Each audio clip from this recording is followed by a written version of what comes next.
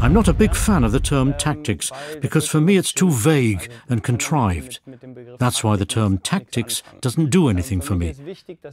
For me it's important that our team is organized and that all positions on the pitch are filled, both offensively and defensively.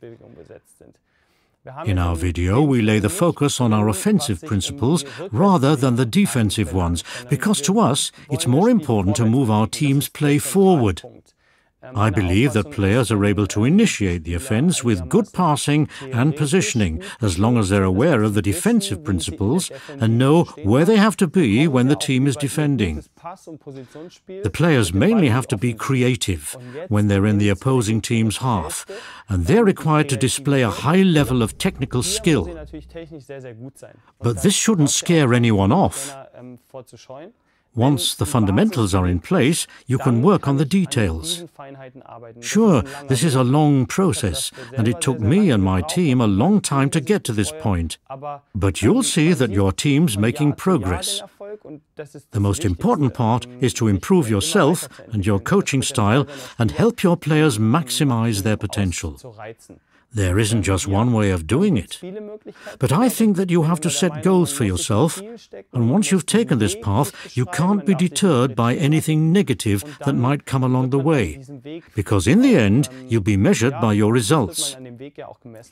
Players want to be developed, but as a coach, you'll only be able to enjoy a certain longevity within a club if you're ready and willing to incorporate new training methods and programs, and if you constantly develop your team's playing style. You can't just resort to the same old coaching methods. Letting yourself be guided by ideas is nothing to be afraid of, regardless whether you're coaching youth or senior level players.